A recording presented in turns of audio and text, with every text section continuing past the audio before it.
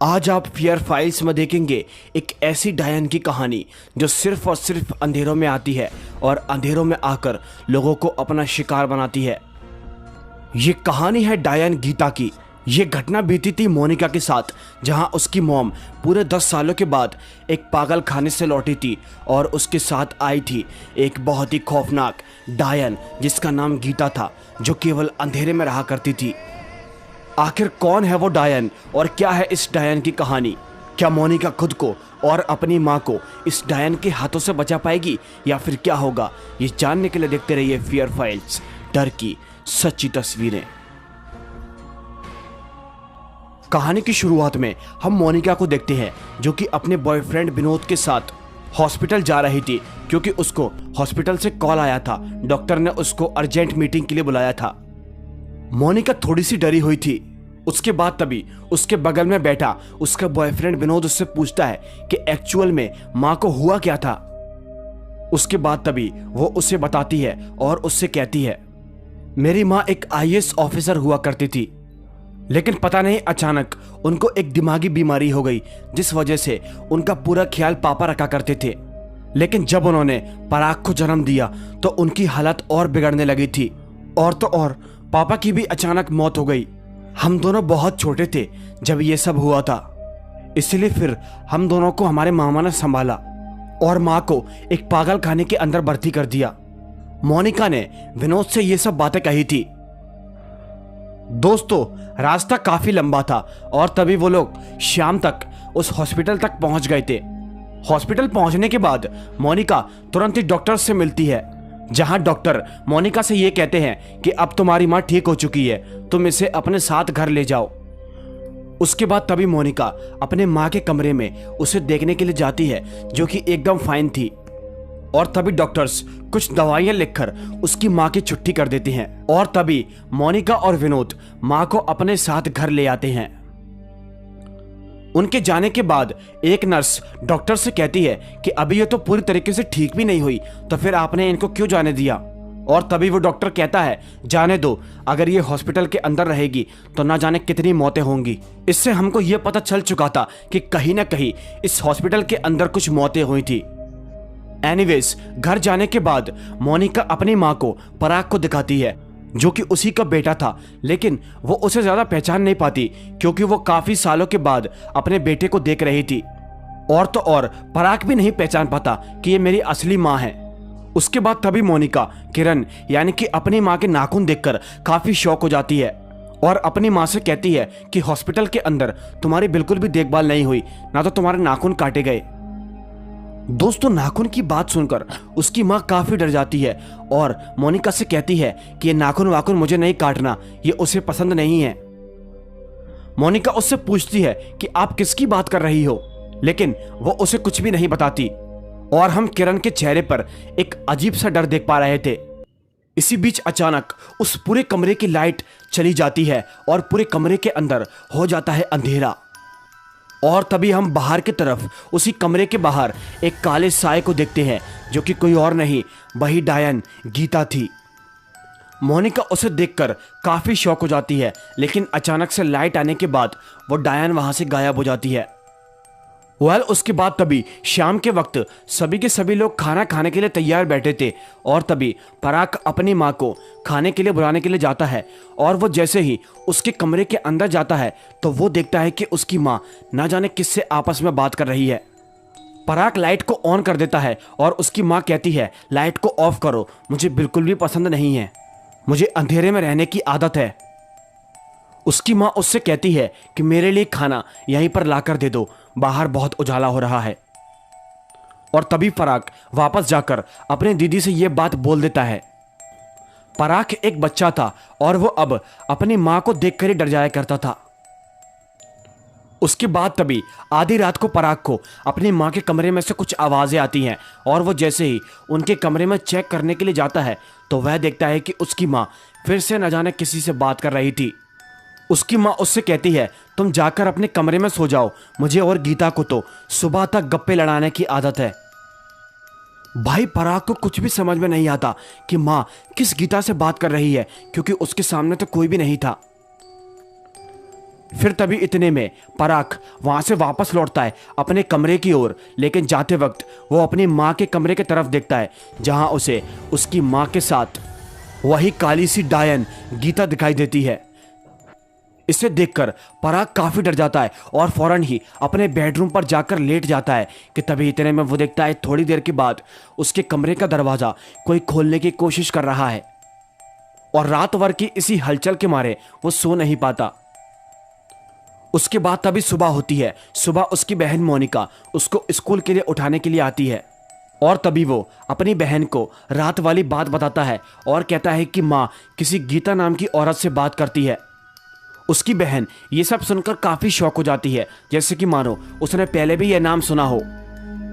उसके बाद तभी एक रात मोनिका अपने बेडरूम के ऊपर सो रही थी कि तभी अचानक उसे पराग की आवाज सुनाई देती है और तभी वो उसके कमरे के अंदर उसे ढूंढने के लिए जाती है, लेकिन वो उसे नहीं मिलता।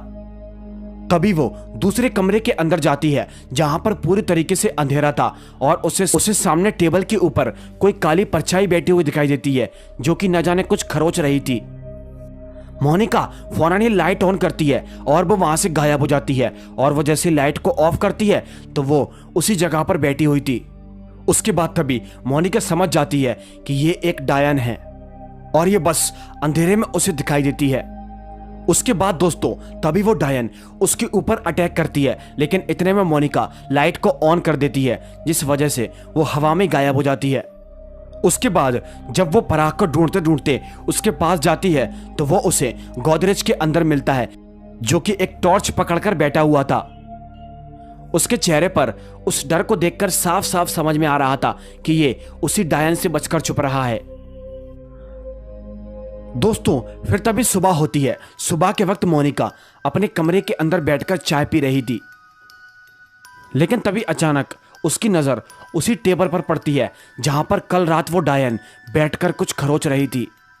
मोनिका देखती है उसने एक नाम लिखा था और वो नाम कुछ और नहीं बल्कि वही था, गीता।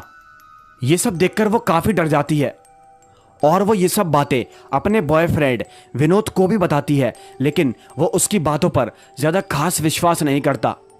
और तभी वो मोनिका को लॉन्ग ड्राइव पर लेकर चला जाता है।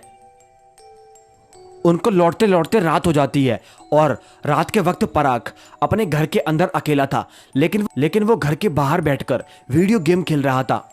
भी अचानक किरण यानी कि उसकी माँ उसके पास आती है और उससे कहती है, तुम बाहर क्यों बैठे हो, चलो मेरे साथ अंदर, अपन टीवी देखेंगे। पराग अंदर जाने से काफी डर रहा था क्योंकि पूरे घर के अंदर अंधेरा था। उसकी माँ उसे अपने कमरे के अंदर ले जाती है, कमरे की सारी लाइट्स को ऑफ कर देती है और टीवी के ऊपर एक हॉरर मूवी प्ले कर देती है, जिसे देखकर पराग काफी डर रहा था। पराग उससे गीता के बारे में पूछता है कि आखिर ये गीता कौन है। उसकी माँ उससे कहती है, गीता को पसंद नहीं कि कोई उसके बारे में बात करे, चुप हो जाओ। उसके बाद तभी हम उनके पीछे उसी काली डायन गीता को देखते हैं जो कि पराग के पास आकर उससे ये कहती है कि तुम मेरे बारे में किसी को भी नहीं बताओगे। पराग काफी डर जाता है और वहां से फौरन ही बाहर भाग जाता है और तभी गुस्से में आकर वो डायन गीता किरण को मारती है। खैर जब पराग बाहर जाता है तो वो देखता है कि उसकी बहन मोनिका अब वहां से वापस लौट आई है। पराग डरा सहमा मोनिका को सारी बातें बताता है और वो कहता है, माँ घर के अंदर अकेली है, वो डायन उसे मार डालेगी। तभी वो दोनों अपनी माँ को बचाने के लिए घर के अंदर भागते हैं। जब वो दोनों उसे ढूंढने उसके कमरे में जाते हैं तो वो उसे नहीं मिलती, लेकिन तभी न जाने कोई पराग के पैर पकड़कर उसको बेड के नीचे खींच लेता है। लेकिन तभी विनोद वहां पर आकर लाइट्स ऑन कर देता है, जिसकी वजह से वो डायन वहां से गायब हो जाती है और पराग को छोड़ देती है। उसके बाद तभी पराग, विनोद और मोनिका स्टोर रूम के अंदर जाते हैं जहां वो एक पुराने बक्से में से अपनी माँ के पास्ट के बारे में पता करने की कोशिश करते हैं। और तभी इसी बीच मोनिका के हाथ कुछ पेपर्स लगते हैं जिससे उसको ये पता चलता है कि मोनिका गोद ली हुई है, यानी कि किरण उसकी असली माँ नहीं है, उसकी माता पिता तो कहीं और रहते हैं। ये सब देखकर वो काफी हैरान हो जाती है और वो ये सब पेपर्स विनोद को भी दिखाती है। फिर तभी सुबह होते ही विनोद और मोनिका उस पेपर्स में बताए हुए एड्रेस पर यानी कि अपने असली माता पिता के घर पर जाते हैं वहां जाने पर मोनिका को एक आदमी मिलता है जो कि कोई और नहीं बल्कि उसका असली पिता था। वो उससे कहता है कि तुम्हारी असली माँ कुछ साल पहले ही चल बसी, जिसका नाम गीता था। कुछ साल पहले की बात है। तुम्हारी माँ यानी कि गीता पेट से थी, लेकिन तभी बहुत सारे गांव वाले उसके पीछे पड़ गए थे। गांव वालों का यह कहना था कि गीता ने एक तांत्रिक के साथ मिलकर गांव के एक लड़के की बलि चढ़ा दी है, जिस चक्कर में उन लोगों ने उस तांत्रिक को बहुत मारा और अब वो गीता को ढूंढ रहे थे। गीता जैसे तैसे करके अपनी जान बचाकर खिड़की से भाग गई थी और तभी सभी के सभी गांव वाले गीता के पीछे पड़ गए। और जब गीता को भागने का कोई रास्ता नहीं मिला तो उसने एक कुएं के अंदर कूदकर अपनी जान दे दी। उसकी मौत के बाद सभी लोग उसका अंतिम संस्कार करने की तैयारी कर रहे थे। गांव वालों का यह मानना था कि अगर सही समय पर उसकी आत्मा का अंतिम संस्कार नहीं हुआ तो वो एक डायन बन जाएगी। लेकिन इसी बीच मैंने पुलिस वालों को फोन कर दिया और तभी वहां पर एक आईएएस ऑफिसर किरण वहां पर आई, जो कि तुम्हारी माँ है। तुम्हारी माँ ने आकर गीता का अंतिम संस्कार नहीं होने दिया और उसकी बॉडी को पोस्टमार्टम के लिए भेज दिया, और ये गलती करने की वजह से वो एक डायन बन गई और वो इस सब का जिम्मेदार तुम्हारी माँ को मानती है। मेरे पास तो ऑलरेडी 3 बेटियां थी, इसलिए मैंने किरण को तुम्हें गोद दे दिया था और तब से तुम्हारी माँ उस डायन के चक्कर में पागल खाने में बढ़ती है। दोस्तों, इसी के साथ साथ उसके पिताजी उससे एक बात और कहते हैं, वो भले ही तुम्हारी माँ थी लेकिन अब वो तुम्हारी माँ नहीं है। तुम गलती से भी उस डायन को अपनी माँ समझने की भूल मत कर लेना। और तभी मोनिका को भी रियलाइज हो जाता है कि उसकी माँ गीता नहीं बल्कि किरण है। उसके बाद तभी मोनिका और विनोद वहां पर से भागकर फौरन ही अपने घर पर चले जाते हैं। घर जाकर मोनिका अपनी माँ से उस डायन गीता के बारे में कुछ पूछने की कोशिश करती है, लेकिन उसकी माँ उस विषय में कोई भी बात नहीं करती और वहां से चली जाती है। और जब रात के वक्त मोनिका अपनी माँ के पास जाती है तो वो उसके हाथ में एक छोटा सा कागज का टुकड़ा देती है। जब मोनिका बाहर आकर उसको पढ़ती है तो उसके अंदर लिखा हुआ था, प्लीज मेरी मदद करो, मैं बहुत बड़ी मुसीबत में हूँ। ये सब देखकर हमको पता चल चुका था कि कहीं ना कहीं उसकी माँ मजबूरी में गीता की चंगुल में फंसी हुई है।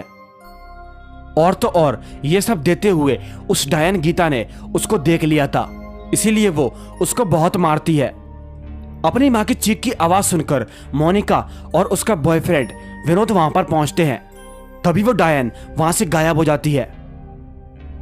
उसके बाद तभी विनोद एक आदमी संतोष जी को लेने के लिए जा रहा था, क्योंकि वो इस सब बातों में काफी जानकारी रखते थे और अब शायद वो ही थे जो उसकी मदद कर सकते थे।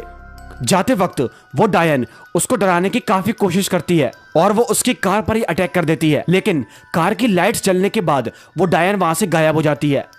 उसके बाद तभी मोनिका फराग को एक कैंडल जलाकर दे देती है, जिससे कि वो डायन उसके पास ना आ पाए।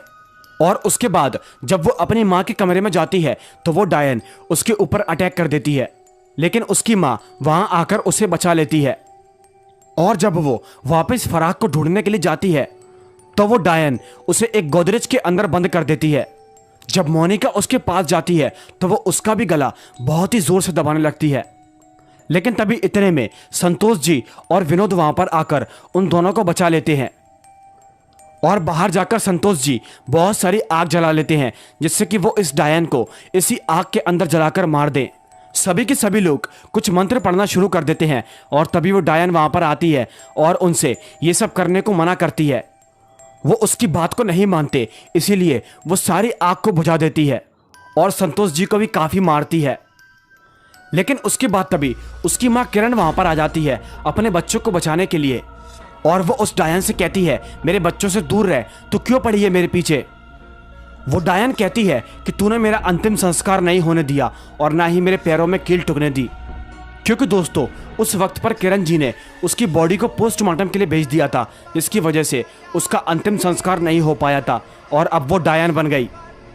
लेकिन तभी किरण को समझ में आ जाता है कि आज ये डायन जो कुछ भी है केवल और केवल उसी की वजह से है, और तभी वो खुद पर मिट्टी का तेल डालकर आग लगा लेती है, जिस वजह से वो डायन भी जलकर राख हो जाती है।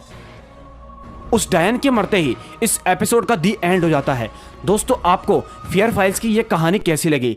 बेसिकली ये मुझे कहानी अच्छी तो लगी, लेकिन एक बात यहाँ पर नोटिस करने वाली है कि ये कहानी हॉलीवुड की मूवी लाइट्स आउट की पूरी कॉपी है।